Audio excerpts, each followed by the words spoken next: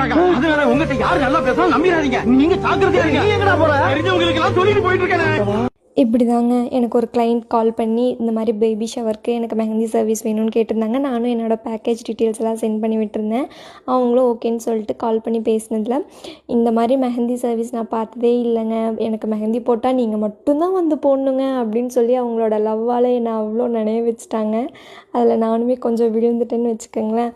அப்புறம் கூப்பிட்டு கொஞ்சம் நேரம் கழித்து கால் பண்ணி எங்கள் அம்மாவுக்கு உங்களை பற்றி சொன்னேன். அவங்களும் ரொம்ப ஹாப்பியாக ஃபீல் பண்ணாங்க. உங்களை இன்வைட் பண்ண சொன்னாங்க ஃபங்க்ஷனுக்கு, நீங்களும் கண்டிப்பாக வரணும், நீங்களும் என் ஃபேமிலியில் ஒருத்தவங்க, அந்த மாதிரிலாம் பேசினாங்க.